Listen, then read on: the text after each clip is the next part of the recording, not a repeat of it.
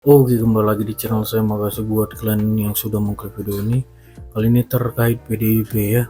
Kali ini PDIP internalnya lagi terbelah dua, ya kan, lagi kurang baik karena ada satu yang berpihak pada Hasto, ada satu juga yang berpihak pada Puan Maharani.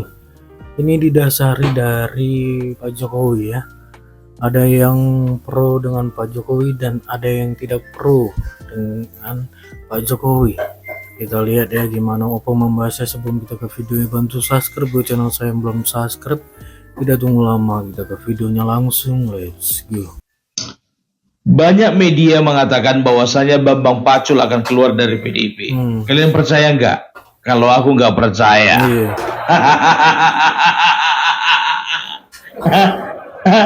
Ya nggak percaya lah. Yang pertama, ya kan, beliau itu bisa dikatakan adalah loyalis PDIP, kan begitu. Yang kedua, beliau kan lagi menjabat sekarang, apalagi posisinya sekarang jadi wakil ketua MPR. Ya, walaupun banyak memang netizen mengatakan Bambang Pacul keluar, Bambang Pacul keluar. Kalau aku sendiri jujur aja aku bilang, walaupun hati ini berharap, tapi kayaknya kurang percaya aku. Iya. Walaupun berharap tapi tidak percaya. Nggak tahu kenapa gitu loh ya. Jadi kan begini, jangan gara-gara ya kadang-kadang begini. Kita berpikiran kalau misalnya satu institusi, satu organisasi rusak contohnya harus keluar semuanya orang, kasihan wah. Dan tahu enggak kalian, kalau kita pelajari, menurutku ya, di PDIP ini sekarang biar tahu kalian, kalau sepenuhnya di partai ini dibenci rakyat, kayaknya aku nggak percaya juga. Buktinya di Jawa Tengah, ya, di Jawa Tengah itu pemilih PDIP masih banyak waktu pilkada kemarin. Bisa dikatakan 42% atau 41% itu, ya, itu kita nggak bisa anggap remeh. Betul. Tapi kenapa bisa? Kenapa bisa di Jawa Tengah, ya, masih ada suara PDIP yang signifikan memilih calon gubernurnya waktu itu. Ternyata begini, setelah aku pelajari, ini nggak bisa lepas dari peranan ya 3 orang. Yang pertama Bambang Pacul, yang kedua Mbak Puan Maharani, yang ketiga Mas Utut. Kan begitu, yang apa, Grandmaster catur kita itu ya. Jadi bisa dikatakan ya, mereka ini tidak ada cacatnya di mata masyarakat. Kan begitu. Mereka ini tidak ada celahnya di mata masyarakat. Di para pemilihnya itu, mereka itu bisa dikatakan menjadi sanjungan gitu loh. Mereka dielu-elukan ya, bisa kita lihat bagaimana perolehan suara mereka ya. Bisa dikatakan suara mereka tinggi-tinggi gitu loh ya. Ini aku berbicara khusus Jawa Tengah lah dulu ya. Jadi ternyata pemilih di sana ya menambatkan pilihannya kepada Andika Perkasa. Ternyata alasan mereka itu adalah mereka itu para pemilih atau loyalisnya Bambang Pacul, Utut dan juga Mbak Puan, karena mereka itu bisa dikatakan dapil dari Jawa Tengah semuanya ya. Jadi ternyata kalau dipelajari sebetulnya PDIP ini masih ada yang mencintai rakyat. Oleh karena apa? Oleh karena ada orang-orang positif di dalam PDIP. Masih ada. Betul. Ya, masih ada. Nggak semuanya negatif. Ya. Tapi kita nggak bisa menampik bahwasannya di dalam PDIP ini juga ada orang-orang atau elit-elit yang beraura negatif. Betul. Itu yang merusak. Jadi kalau orang-orang yang beraura positif, aku tidak ikutkan dulu untuk Megawati ya, karena beliau kan ketua umum, bisa dikatakan ya apa-apa beliau kan begitu kan. Sekarang aku mau berbicara dulu tentang ada 2 faksi di dalam PDIP. Kalau aku katakan sih secara arah politik ini ya bisa dikatakan sama gitu ya, tapi di dalam menjalankan praktek politiknya mereka ini cenderung berbeda gitu loh. Yang pertama kalau aku katakan ya elit-elit yang beraura positif, dan kelompok yang kedua adalah elit-elit yang beraura negatif. Ya, kusebutkan dulu orangnya siapa-siapa. Yang beraura positif itu ya seperti Mbak Puan Maharani, Bambang Pacul, dan satu lagi Pramono Anung ya. Aku nggak ikutkan Mbak Mas Utut karena kita ini berbicara skala nasional ya. Ada Mbak Puan Maharani, Mas Bambang Pacul, dan juga Mas Pramono Anung. Bisa dikatakan mereka ini tidak pernah menunjukkan satu sikap yang tidak menghargai terhadap lawan politik. Kita bisa lihat bagaimana santunnya Bambang Pacul, bagaimana bersahajanya Ibu Puan Maharani, bagaimana beliau itu tidak pernah ikut arus untuk menjelek-jelekkan pemerintah. Kalaupun mereka mengkritik, ya, kritik mereka itu masih di dalam batas-batas penghormatan terhadap pemimpin. Ya, kita bisa melihat bagaimana Mbak Puan sama Mas Jokowi sebetulnya dalam beberapa kesempatan mereka terlibat dalam percakapan yang akrab gitu loh, ya. Bambang Pacul begitu juga, tidak pernah sekalipun Bambang Pacul mengeluarkan statement-statement yang melukai hati masyarakat, apalagi pendukungnya Joko Widodo. Begitu juga Pramono Anung. Jadi mereka ini adalah orang-orang yang beraura positif gitu loh, ya. Jadi tidak heran ya Mbak Puan terpilih menjadi ketua DPR dan juga Bambang Pacul terpilih menjadi anggota dewan, bisa dikatakan anggota DPR RI dengan perolehan suara yang lumayan banyak gitu. Dan Pramono Anung ya di Jakarta beliau itu mendapatkan perolehan suara yang bedanya 10% dengan Ridwan Kamil, ya. Karena apa? Karena mereka memiliki pribadi-pribadi yang positif. Ya.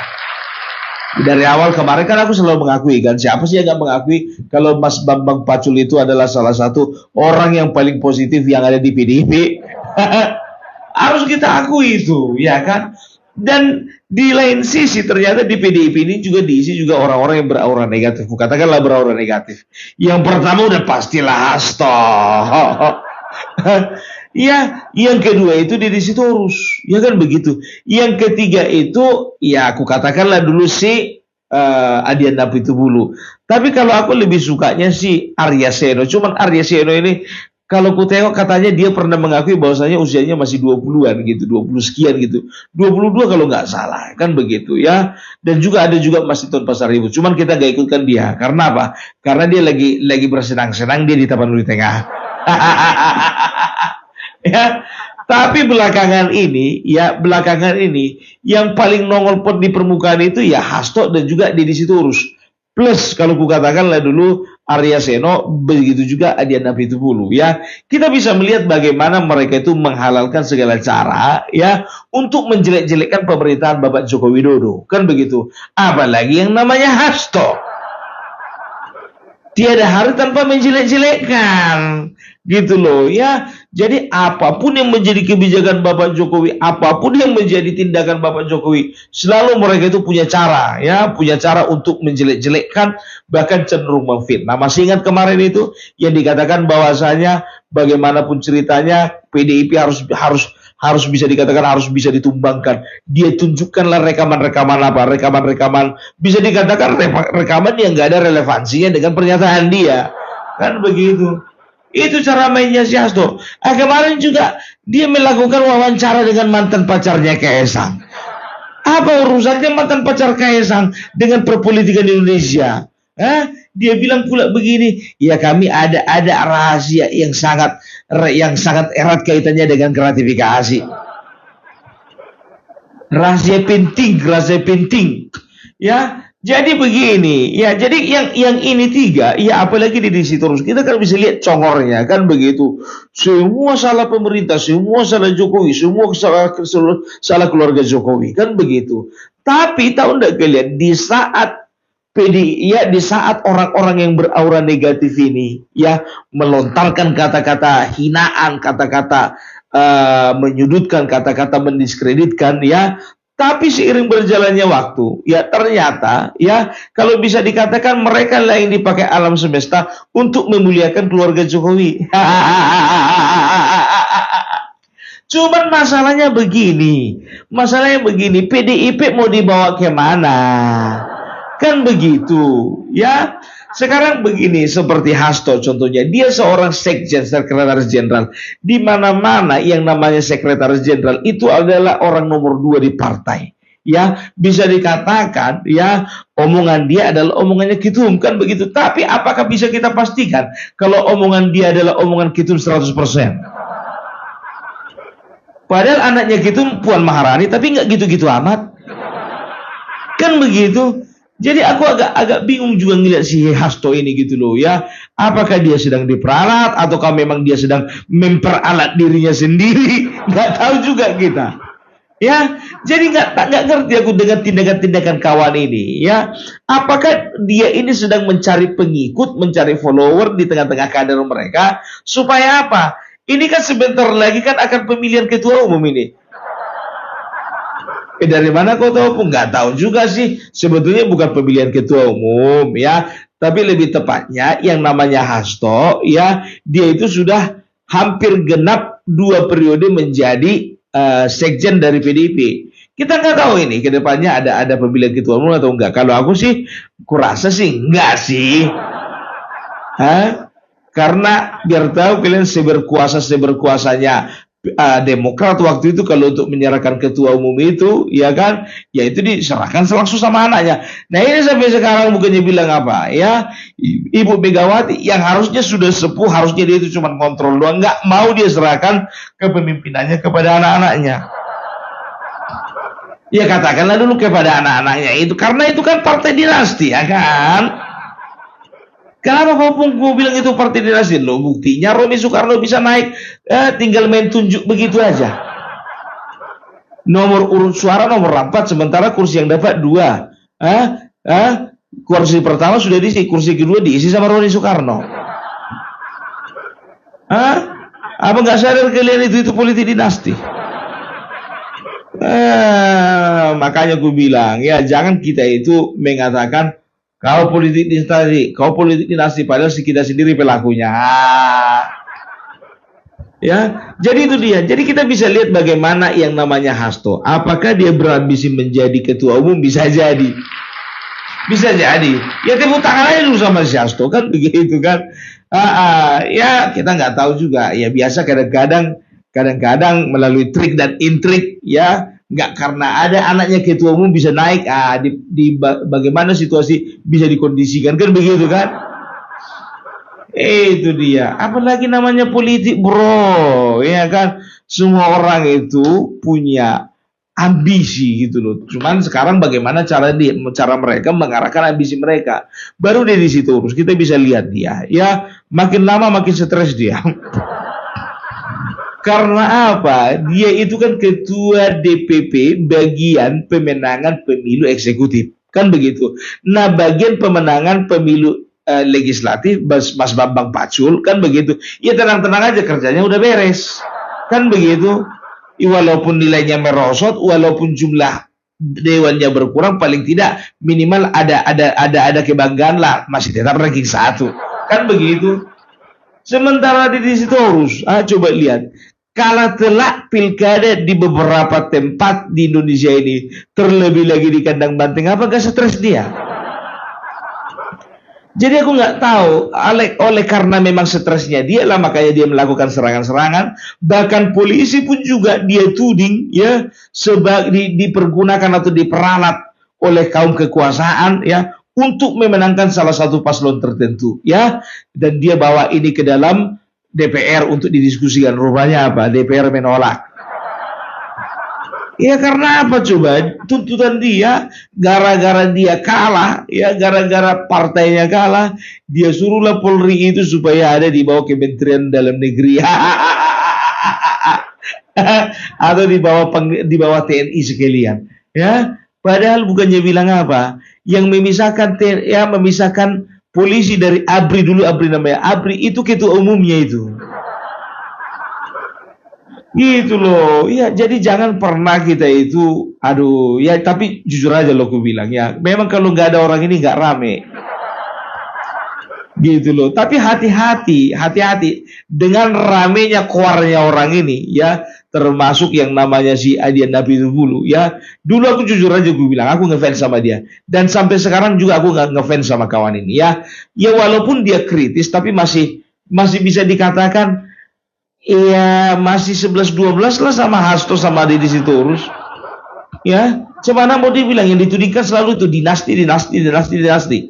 Inilah orang yang paling rajin menuding Joko Widodo melakukan politik dinasti, kan begitu. Tapi ketika Romi Soekarno naik ya menjadi anggota dewan padahal tidak full suaranya, berhenti dia ngomongin dinasti. Kan begitu. Dan juga ini orang bukannya bilang apa, dari Pilpres kemarin selalu bikin blunder. Orang ini 3, Hasto terkenal dengan nangis-nangisnya. ya kan? Setelah itu Deddy Sitorus, ya kan? Terkenal dengan bagaimana kritik-kritiknya tajam tak menentu. Kan begitu. Adian Nabi Tupulu juga kadang-kadang nyeleneh. Disuruhnya Ganjar menjadikan jas, padahal belum tentu menang. Ya kan? Sekarang coba bagaimana nasibnya jasnya si Ganjar itu, coba. Pelantikan presiden kemarin nggak datang. Ya kan? Pelantikan dewan juga kemarin nggak datang. Itu dia. Jadi kita akan melihat bagaimana PDIP ke depannya. Kalau lebih mendominasi orang-orang beraura negatif ini, bisa hancur itu, bisa hancur. Ya, itu dia. Dan orang ini harusnya sadar, ya. Orang-orang seperti Deddy Sitorus, ya Adian Apitupulu, Hasto, sadar harusnya. Karena apa? Tanpa ada pemilih-pemilih loyal dari orang-orang yang beraura positif tadi, PDIP nggak ada apa-apanya.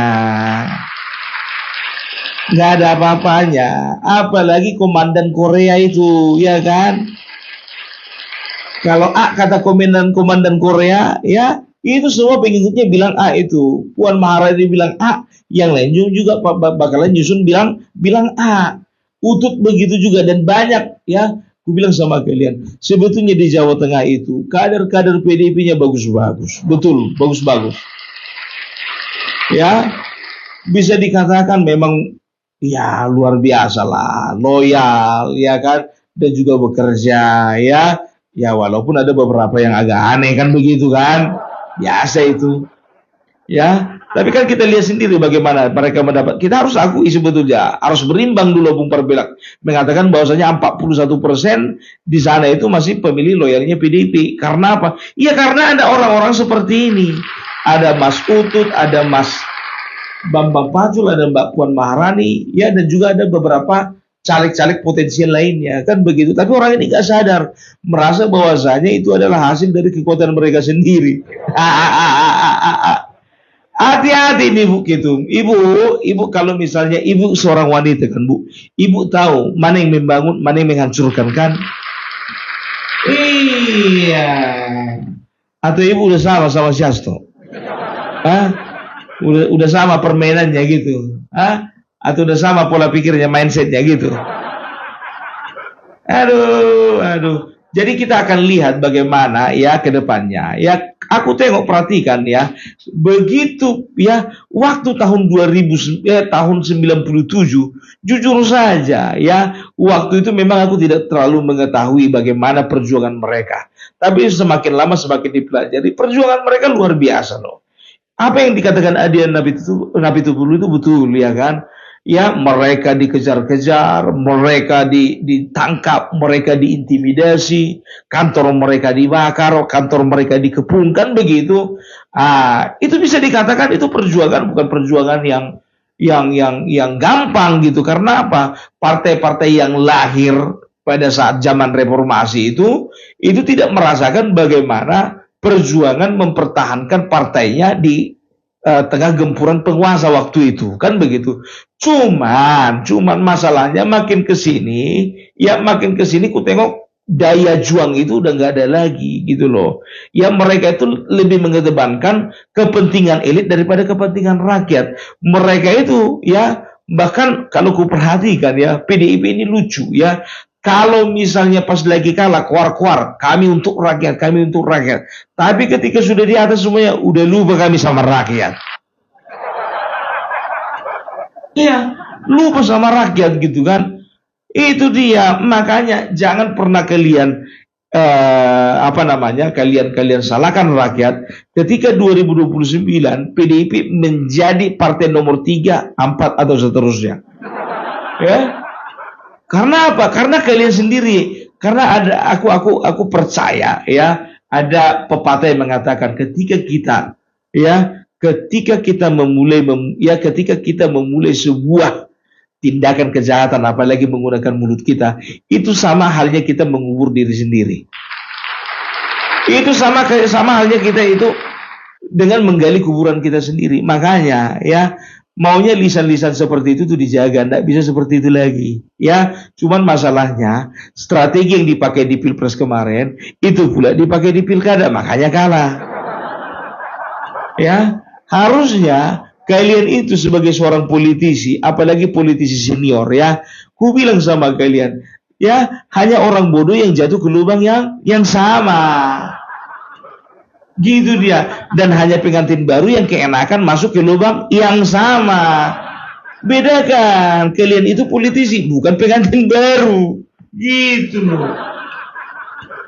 Ini enggak cara-cara lama. Kalian udah tahu. Coba perhatikan dia. Mulai dari zaman Bapak SBY ya, playing victim. Ketika makin diserang maka makin besarlah kekuatannya. Itu yang dipakai oleh SBY. Masa kalian nggak pelajari sih ilmu yang digunakan oleh SBY ya? Dan juga itu yang digunakan oleh Bapak Jokowi. Makin kalian serang makin naik namanya. Maunya kalian puji-puji orang, kalau dipuji-puji biasanya terlena, jatuh dia itu.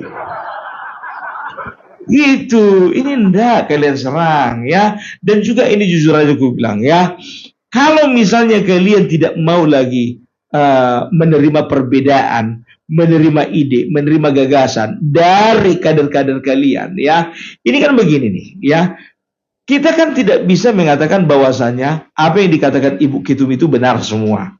Kadang-kadang kita lebih mengerti yang di lapangan ini, apalagi contohnya yang ada di kabupaten dan juga ada yang di provinsi contohnya ya. Kita di kabupaten melihat ya, calon bupati yang potensi itu yang ini, calon yang perlu didukung itu yang ini. Nggak tanya Ibu Ketum menentukan pilihan yang lain, kan begitu. Nah, ketika kita bertolak belakang dengan hati nurani kita, bertolak belakang dengan pilihannya Ibu Ketum ya, dan kita menentukan sikap bahwasanya gimana pun juga yang ini yang benar.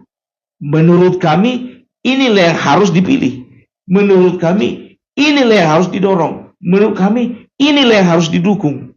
Kan begitu, karena apa? Karena inilah yang lebih diterima masyarakat. Kan begitu?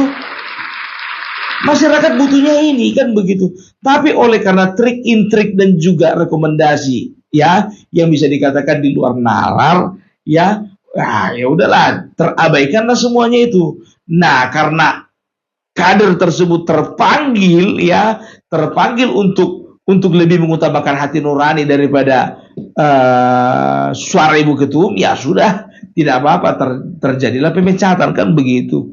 Jadi makanya ya, sama seperti yang ada di Sumatera Utara, ada beberapa daerah ya, kadernya sendiri itu memilih calon yang di luar dari yang ditentukan. Gitu, bahkan mereka sendiri pun juga mengatakan kami siap menerima risikonya.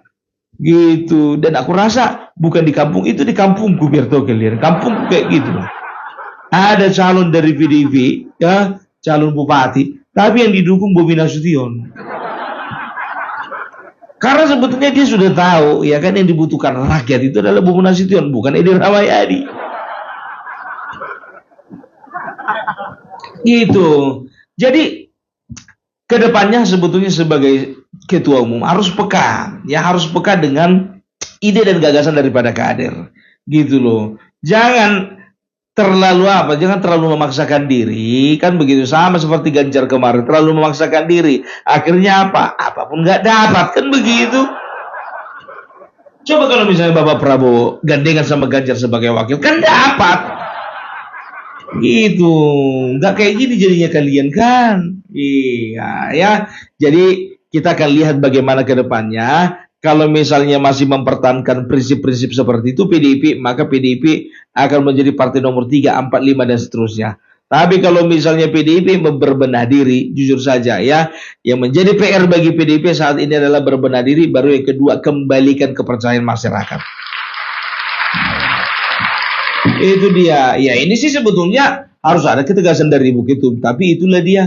Nggak tahu entah kenapa Ibu Ketum ini pun juga kayaknya mempersalahkan Jokowi, polisi, segala macam. Ya bisa dikatakan lebih seragam lah bahasanya sama si Hasto, nggak ngerti juga aku. Gitu loh ya. Jadi itulah dulu dari Opung Parbelak ya. Jadi kita akan lihat bagaimana tahun 2029 ya. Urutan keberapa PDIP di pemilu 2029. Tulis di kolom komentar, ya kan gitu. Oke, salam NKRI, NKRI harga mati. Nah, gitu dia ya gimana videonya, dan sampai bertemu di video saya selanjutnya. Gua